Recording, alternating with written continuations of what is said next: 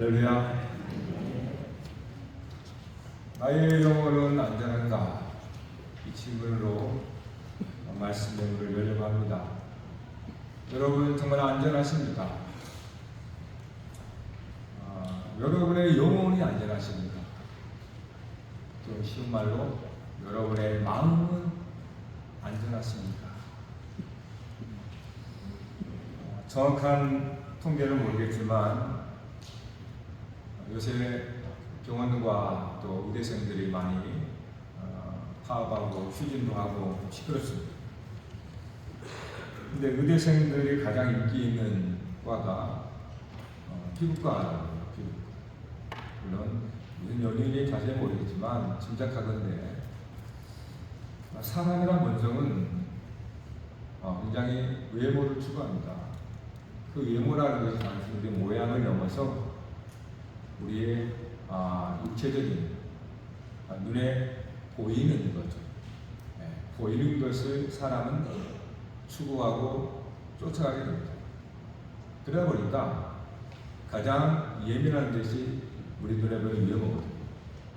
그래서 의대생들이 가장 똑똑한 수재들은 다 피부과에 가 있다고 합니다.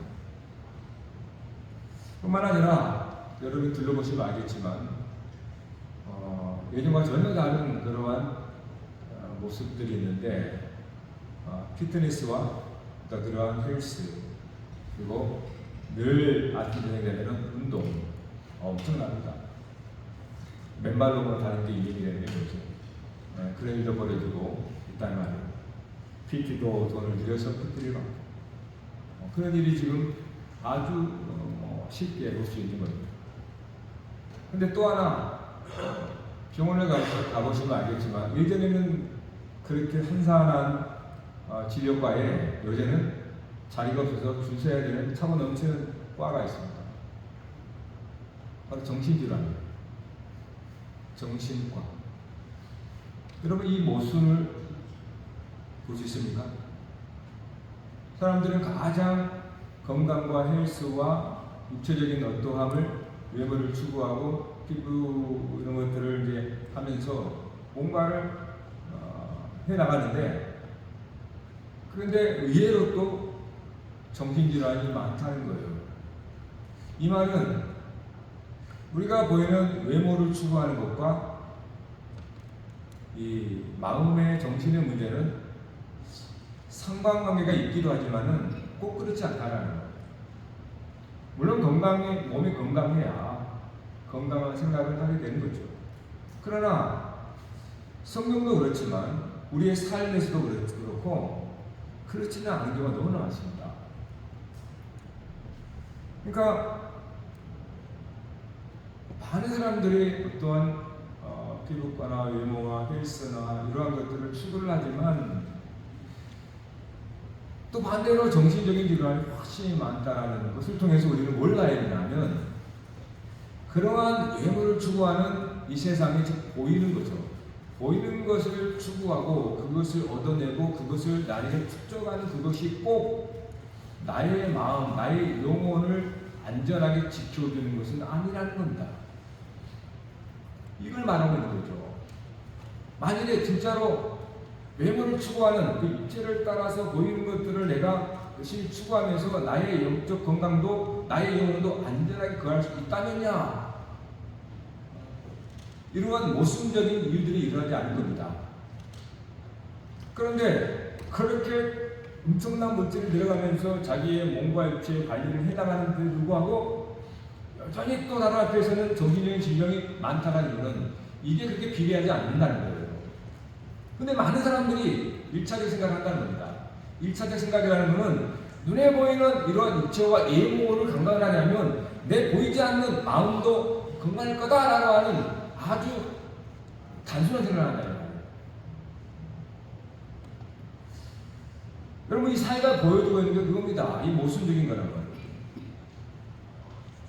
사람들은 그렇게 어떠한 나의 어떤 그런 외적인 어떠한 강건함을 내가 강하게 하거나 뭔가를 부를 축적한다거나 나의 재능과 나의 스펙을 쌓는다거나 이런 것들을 하게 되면 그것이 그 안에 있는 나의 마음 나의 어떤 영혼도 안전히 거할 것이라고 참 생각을 한다는 거예요.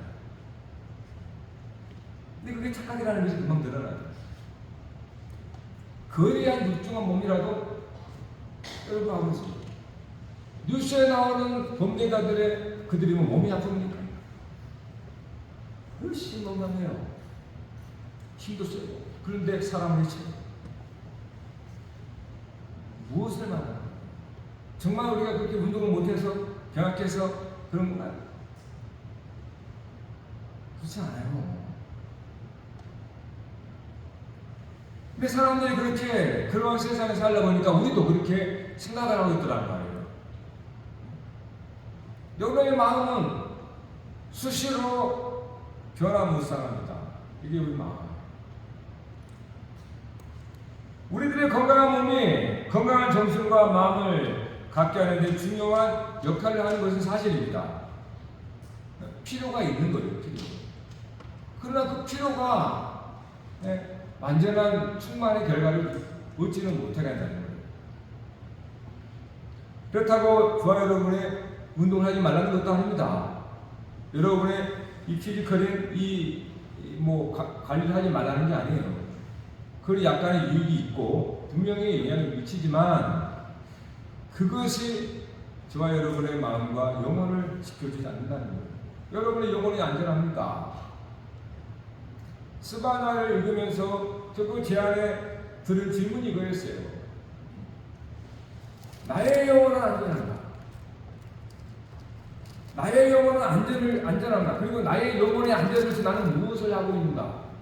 오늘 내가 이렇게 바쁘게 열심히 살아가는데 바빠서 모이지 못하고 시간을 맞추지 못하고 이런 각자가 바쁘게 살아가는 그 바쁘게 살아가는 나의 삶의 일정이 과연 나의 영혼의 안전을 위한 것이고 그 영혼의 안전을 보장해 주는 것입니까? 물어봐야 합니다. 스바냐는 짧은 말씀입니다. 근데 스바냐의 중심나라는 여호와의 날, 여호와의 날을 선포합니다. 근데 그 여호와의 날이라는 것은 그냥 보시면 압니다. 집에 가서 봐보세요. 심판의 날이요, 구원의 날입니다. 1장 15절 이렇게 말해요. 그날은 분노의 날이요, 환난과 고통의 날이요, 황폐와 패망의 날이요, 캄캄하고 어두운 날이요, 구름과 흑암의 날이요, 나팔을 불어 경고하며 견고한 성읍들을 치며 높은 망대를 치는 날이로다. 이것이 여호와의 날입니다. 여호와가 임하는 여호와의 날은 한마디로는 멸망의 날이라는 말이에요. 그러면서 이렇게 말해요.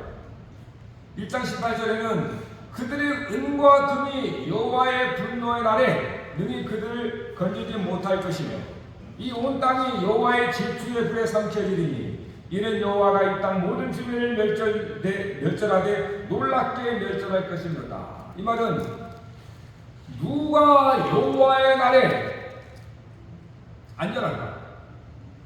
누가 여호와의 날, 하나님의 심판의 날, 하나님의 멸절의 날에 안전히 거할 수 있는가? 라는 질문입니다.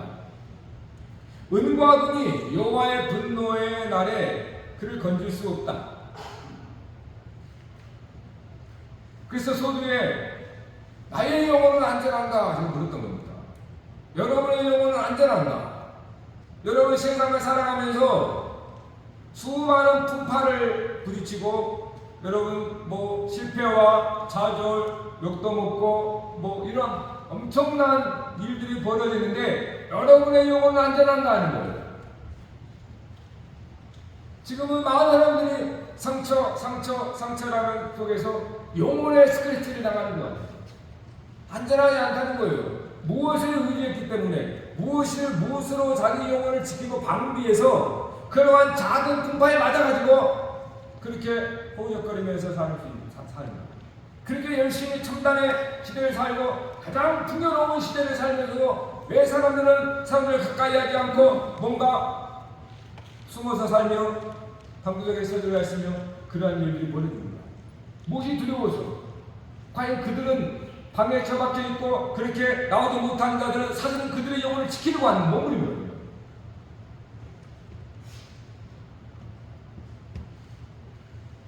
여러분, 이 시대는 그렇게 평안하지 않습니다. 여러분의 영혼은 평안합니까? 여러분의 영혼은 안전합니까? 그때 스바냐에게 하나님이 이런 말씀을 합니다. 2장 1절 3절에 보면, 우리 2장 1절 3절 한번 읽어볼까요? 2장 1절에서 3절, 2절 3절 다 같이 시작. 주를 부르는 백성아 모일지어다 모일지어다. 명령이 실행되어 날이 그같이 지나가기 전, 여호와의 진노가 너희에게 내리기 전, 여호와의 분노의 날이 너희에게 이르기 전에 그리할지어다. 여호와의 규례를 지키는 여호와의 산이여 공평한 정선을 구하라. 너희가 혹시 여호와의 분노의 날에 숨기는 너희다. 여호와의 날에 마지막, 너희가 혹시 여호와의 분노의 날에 숨김을 얻으리라, 이렇게 나와요. 여기서 스바냐라고 나오는 거예요. 여러분, 스바냐가 사람 이름이지만은 그 뜻이 뭐냐면 숨기시다, 숨기다, 감추다, 저장하다, 축축하다, 그런 뜻이에요. 그러니까 하나님은 이 스바냐를 택한 이유가 이미 거기에 하나님 말씀하고자 하는 의미가 다 들어있어요. 스바냐. 이게 여기서 여호와께서 숨긴다는 뜻이에요. 그래서 여러분, 나의 영혼 안전한가? 그 말은 여호와의 분노의 날에, 질투의 불의 분노의 날에 하나님이 숨겨야 되는 거예요. 하나님이 숨긴 자는 안전하고, 하나님께 숨기지 않은 자는 다 진노의 날에 불타 사라진다. 그게 스바냐. 그러면서 그렇게 하나님께서 숨겨 있는 자들을 남은 자라고 하는 거예요. 그래서 2장 7절에 그 지경은 유다 족속의 남은 자에게 돌아갈지라. 9절에는 중간에 내 백성의 남은 자들이 그들을 요락하며 나의 남은 백성이 그것을 기업으로 얻을 것이라. 여호와의 날에 하나님께서 멸망의 불같은 진노, 질투의 불에, 질투의 불. 그냥 불이 아닙니다. 질투는 뭡니까? 사랑입니다. 사랑. 너무나 사랑하는데 다른 마음을 품고 있는 거예요. 그러니까 하나님이 질투의 분노의 불이라고 말하는 거예요. 여러분, 질투는 무서운 거죠. 인간 사이의 질투는 사람을 해치기도 합니다. 그렇게 무서운 거예요. 뭐 하나님께서 그렇다는 게 아니고 우리가 경험하고 있는 그런 말이에요. 질투의 불이 삼키는데 그때 하나님의 숨긴 자들은 남은 자가 됩니다. 이 남은 자, 그래서 어떤 면에서는 하나님의 여호와의 날이라고 하는 것이 무엇이냐면 하나님께서 남은 자를 드러내려고 하는 거예요. 그냥 있는 데는 몰라. 오늘 여러분 잘 몰라요. 여러분이 예수를 믿는지 몰라요. 저는. 여러분이 정말 하나님의 경외에 좀 잘 몰라요. 여러분의 겉모습만 볼 것이고 저 여러분의 속이 뭔지 모릅니다. 그러나 분명히 뭔가 불편한 시련과 정원이 왔을 때 여러분은 드러나게 될 거예요. 여러분 안에 있는 믿음이 뭔지를. 그와 같은 이야기예요.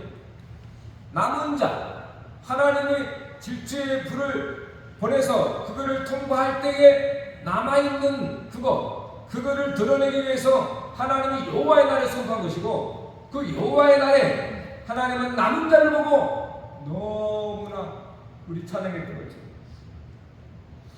그 남은 자를 보고 기뻐해요. 그러면 하나님의 심판의 날에 하나님께서 불같은 진노를 가지고 찾아오는 게 누굽니까? 누구를 예상합니까? 스바냐 1장 7절대로 보면 여호와의 일생의 날에 내가 방백들과 왕자들과 이방인의 옷을 입은 자들을 벌할 것이며, 이방인의 옷을 입는 자, 세상 사람과 같은 옷을 입고 있는 자, 가나안의 하나님의 거룩한 백성의 복심에도 불구하고 하나님의 거룩한 옷을 입지 못하고 세마포를 입지 못하고 세상에 삐까뻔쩍한 그러한 명품들이나 그러한 세상의 사상과 생각과 그러한 세상의 풍도 같은 옷을 입고 다니는 이방인과 통혼하며 그렇게 생각과 마음을 줘버리고 하나님을 온 마음 다해 사랑하지 못하고 다른 것들을 사랑하고 내 마음을 줘버리고 그러한 이방인의 옷을 입은 자들. 9절에는 그날의 문턱을 뛰어넘어서 포악과 거짓을 자기 주인의 집에 채운 자들을 내가 벌하리라. 자기 주인의 집은 누굽니까? 하나님의 집이죠. 하나님의 집에 세상의 몸과 더러운 가정들을 채우는 거예요. 여러분이 하나님의 성전이라면 여러분 안에 채운 게 뭐냐 그 말이에요. 여러분 안에 마음에. 하나님의 거룩한 집인데 온갖 더럽고 냄새나는 세상의 그러한 욕심과 탐욕과 그런 어떤 거짓과 그러한 물질을 쫓아가는 그런 것들이 여러분 안에 심었다면 그걸 하나님을 바라겠다는 거예요. 12절에 마음속으로 스스로 이르기를 여호와께서는 복도 내리지 아니하고 화도 내리지 아니한다고 하는 자를 바라겠다. 하나님은 우상처럼 여기는 겁니다. 하나님은 복도 내리지 않고 화도 내리지 않아. 마치 눈이 있어도 보지 못하고 귀가 있어도 듣지 못하고 입이 있어도 말하지 못하는 우상처럼 하나님을 섬기는 사람입니다. 하나님의 말씀을 들어본 적도 없고 내 삶 속에 하나님을 어떻게 간섭하는 데는 관심도 없고 그냥 내 생각과 내 뜻대로 내 원대로 해나가는 삶 그러면서 교회를 다니고 마치 하나님 주님같이는 하나님 우상으로 노는 거예요. 그러니까 하나님은 복도 내리지 않고 화도 내리지 않아. 기도할 필요가 없어. 기도도 응답되지 않는데 뭐. 12절에는 또한 뭐라고 합니까?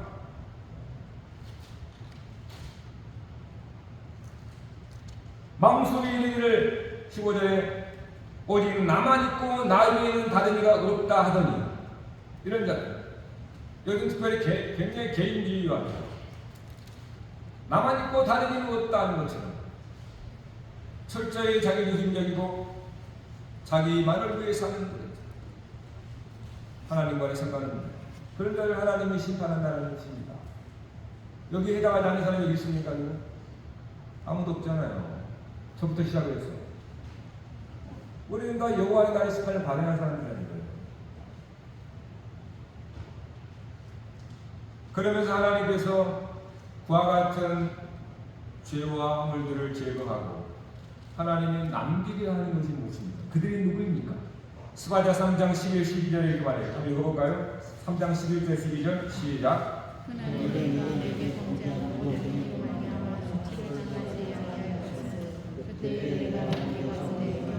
자랑하는 자들을 제거하여 네가 나의 성산에서 다시는 교만하지 않게 할 것이다. 내가 공고하고 가난한 백성을 네 가운데 남겨두니 그들이 여호와의 이름을 부탁하여 보호를 받을 것이다. 여러분 이겁니다. 하나님께서 네 안에 여러분 안에 공고하고 가난한 백성을 남겨두겠다라는 거예요. 그리고 내게 또 내 안에 있는 내게 있는 이렇게 뭡니까? 교만하고 자랑하는 그런 나를 하나님 제거해버리겠다는 거예요. 그러면서 그 안에 또 공고하고 가난한 자를 남기겠다는 거예요. 왜 하나님은 남은 자를 향하여서 공고하고 가난한 자가 말할까요? 왜 심령이 가난한 자가 복을 얻는다고 할까요? 왜 이스라엘이 멸망할 때 그 북이스라엘의 남은 자들이 비천하고 가난한 자를 그렇게 얘기했을까요? 왜 하나님은 고아와 과부를 돌보신 분이라고 그렇게 얘기를 할까요? 그들이 누구를 말할까요? 저와 여러분 안에 그분이 계시잖아요. 왜 가난하다 그럴까요? 왜 비천하다 그럴까요? 왜 공고하다라고 할까요? 그 사람은 믿음으로만 살기 때문에 그렇습니다. 믿음만 의지하기 때문에 상대적으로 다른 세상에 보이는 육체적인 것들을 갖고 있지 않아요. 그래서 가난한다 이렇게 말하는 거예요. 믿음만으로 살기 때문에 하나님만을 의지하기 때문에 즉 다른 것을 내가 의지하지 않기 때문에 그래서 상대적으로 가난하다는 거예요. 나는 하나님이 전부입니다 라고 하는 사람이에요. 그가 비록 다른 소유가 있다 할지라도 그가 어떤 명예가 있다 할지라도 그가 어떤 감투를 갖고 있다 할지라도 그러나 그의 마음속에는 늘 가난한 마음이 있어요. 왜요? 나는 그런 것들 의지하지 않거든요. 그런 것들에 나에게 조금 더 의지하지 않고 나는 하나님만 의지하고 싶기 때문에 그 속에 항상 가난함이 있어요. 그래서 그 남은 자를 향해서 뭡니까? 가난하고 공고한 자라고 하는 거예요. 즉 우리에게 의지하고 있는 것을 하나님이 다 멸하겠다는 거예요. 나의 심지어 나의 육체 건강을 위합니까? 그것도 하나님께서 풀어버리겠다라는 거예요. 그래서 나와 있는 거 믿음으로 하나님을 의지하는 그것을 나로 하여금 발견하게 하겠다라는 거예요. 하지만 누군가는 하나님도 의지하고 운과 금도 의지하더라고요. 누군가는 자기의 건강한 육체도 의지하고요. 누군가는 오직 나만 있고 다른 이가 없다 하고 그렇게 사는 날도 있더라는 거예요.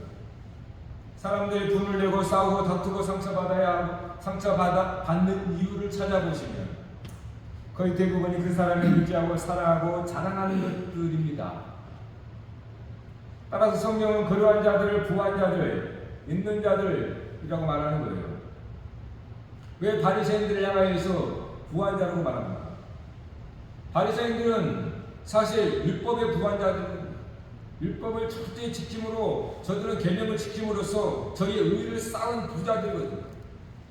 그래서 부자라고 하는 거예요.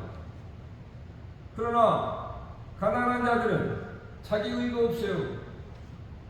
나의 행위도 그렇고 나의 생각조차 그렇고 그러한 것들이 하나님 앞에 아무것도 의지할 게 아니라는 걸 깨닫기 때문에 항상 하나님 앞에 겸손해요.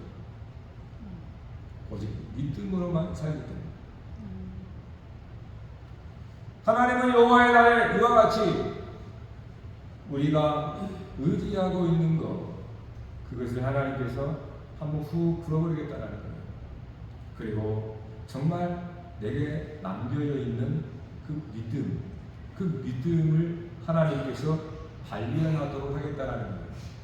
사랑하는 여러분, 신앙생활은 이런 겁니다. 신앙생활은 내가 믿음으로 세상의 불을 누리는 게 아니고 반대예요.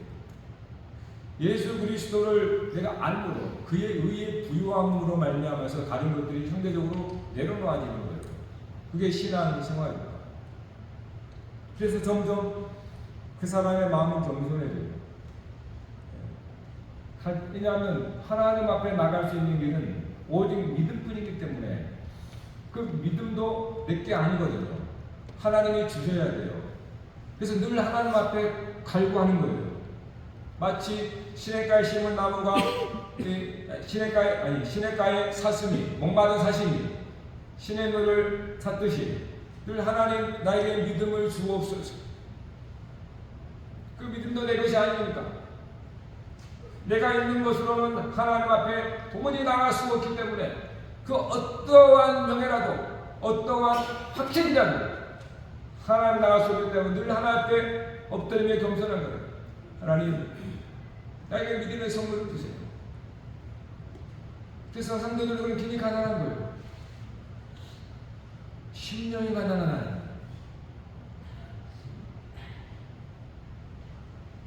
하지만 스바야의 말미는 굉장히 여호와의 날은 어둡습니다. 근데 찬양하셨던 것처럼 우리가 읽었던 이 마지막 3장의 말미는 분위기가 사뭇 좀 달라요.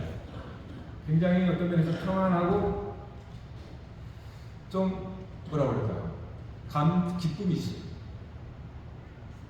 너희 하나님 여호와가 너희 가운데 계시고 그런 구원을 베푸신 전능자이시다. 하나님께서 우리 가운데 계시다는 것은 이것이 여러분의 영혼을 지키는 거거든요. 그분이 나를 구원하실 것이고 잠잠히 나를 사랑하신다고 하니 하나님께서 우리를 보시는데 하나님께서 그렇게 우리를 보고 있다는 거예요. 우리가 성경을 보는 이유는 여기 있습니다. 성경을 보는 이유는 하나님께서 나를 보는 것처럼 나도 나를 보고 싶다는 거예요. 세상이 나를 말하는 그것이 아니에요. 내 부모가 나를 본 대로가 아니고 친구가 나를 어떻게 보느냐가 아니고 저 사람이 나를 어떻게 보느냐가 아니고 하나님이 나를 어떻게 보고 있느냐라는 것을 확인하기 위해서 말씀을 오는 거예요. 여러분이 여러분 자신의 세상 모든 사람들이 다 왜 왜곡됐고 왜 영혼의 상처와 그런 아픔과 고난을 삽니까? 세상에서 비추는 자기 자신을 보기 때문에 거울 앞에 비추는 자기 자신을 보기 때문에 부모가 나를 향하여 말해주는 그것 때문에. 그래서 우리가 아픈 사람들입니다. 다 우리는 아픈 자들이에요. 환자예요. 아프란 말이에요.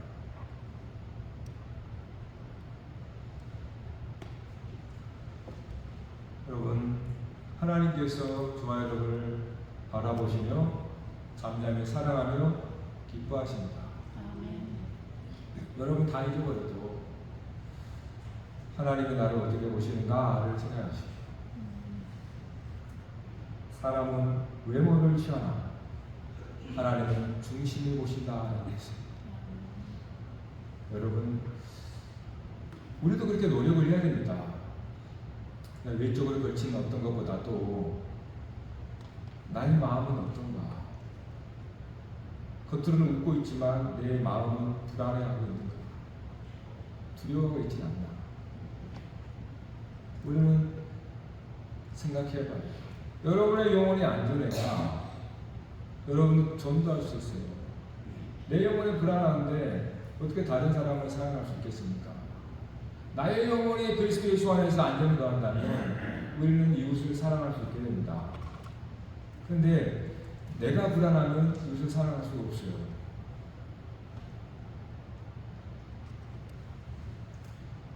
여러분, 여호와의 날이 남유다를 통하여서 이루어졌습니다. 실제로 스바냐를 통해서 예언을 했고, 이 예언대로 남유다는 바벨론에 의해서 불같은 심판을 받습니다. 그래서 이스라엘 세상이 사라져버려요. 그러나 선지자를 통하여서 계속 얘기하는 것은 하나님의 구원을 말하고 있어요. 남은 자입니다. 하나님은 불같은 심판을 통하여서 이스라엘을 다시 회복시킵니다. 이게 남은 자예요. 오늘 우리들의 이야기라는 겁니다.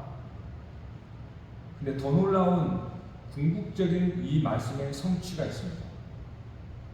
이 파급력은 오늘까지 미치고 있는데, 이 여호와의 날은 바로 2000년 전에 예루살렘 골고다 언덕에 예수 그리스도께서 십자가에 못 박히신 그 날, 그날이 여호와의 날의 극치요 정점입니다.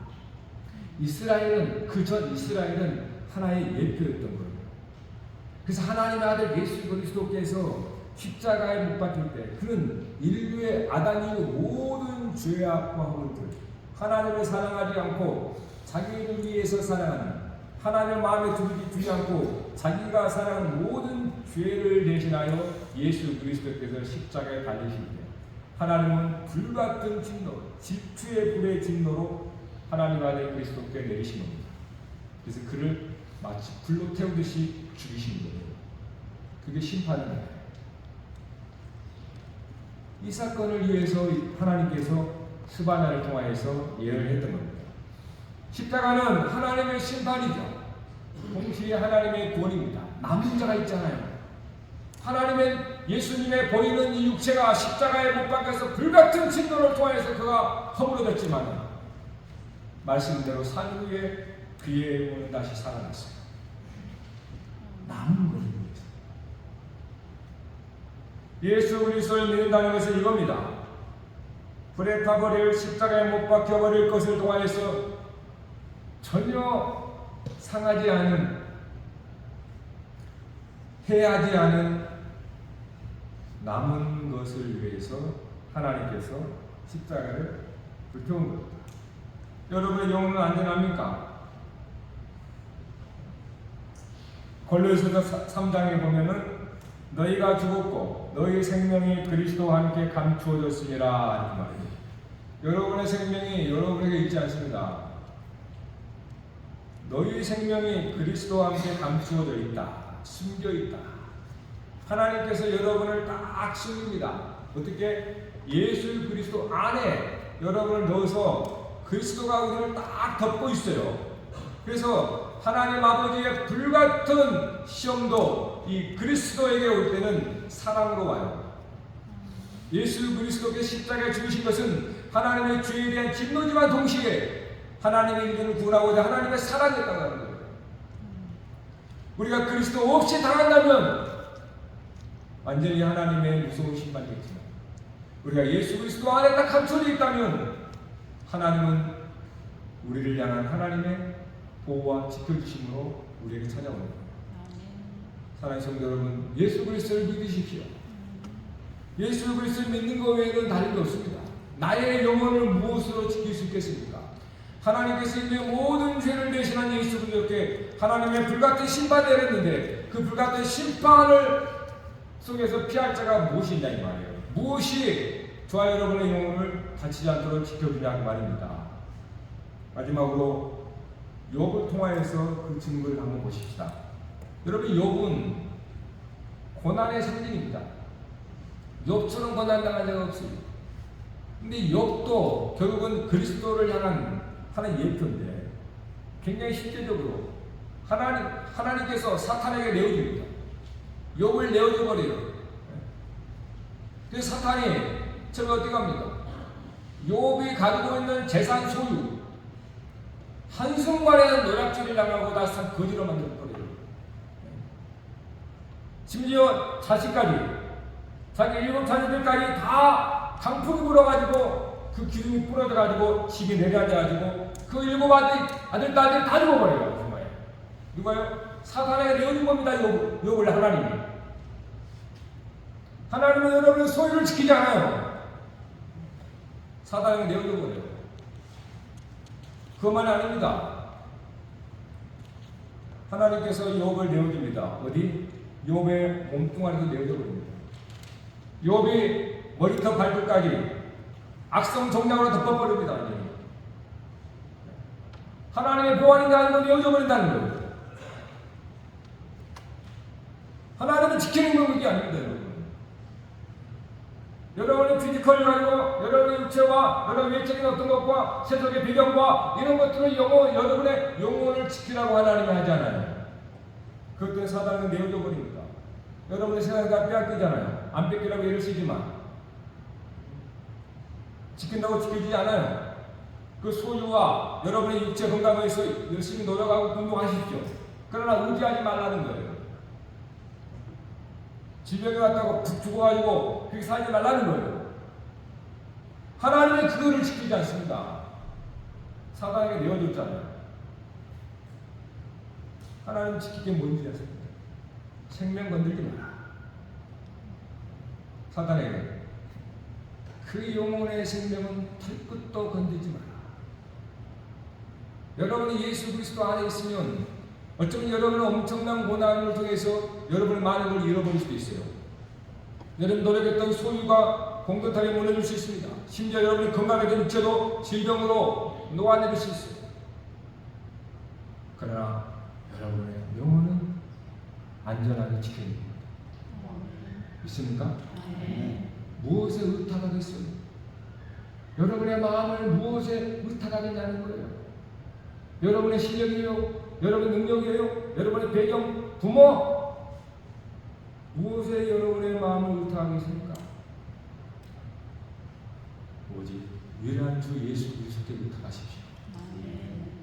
예수님이 돌아가실 때 아버지 내 영혼을 받으시옵소서 라고 했습니다. 마지막으로 한 구절 읽고 마치십시다. 우리 화면 한번 띄워주세요.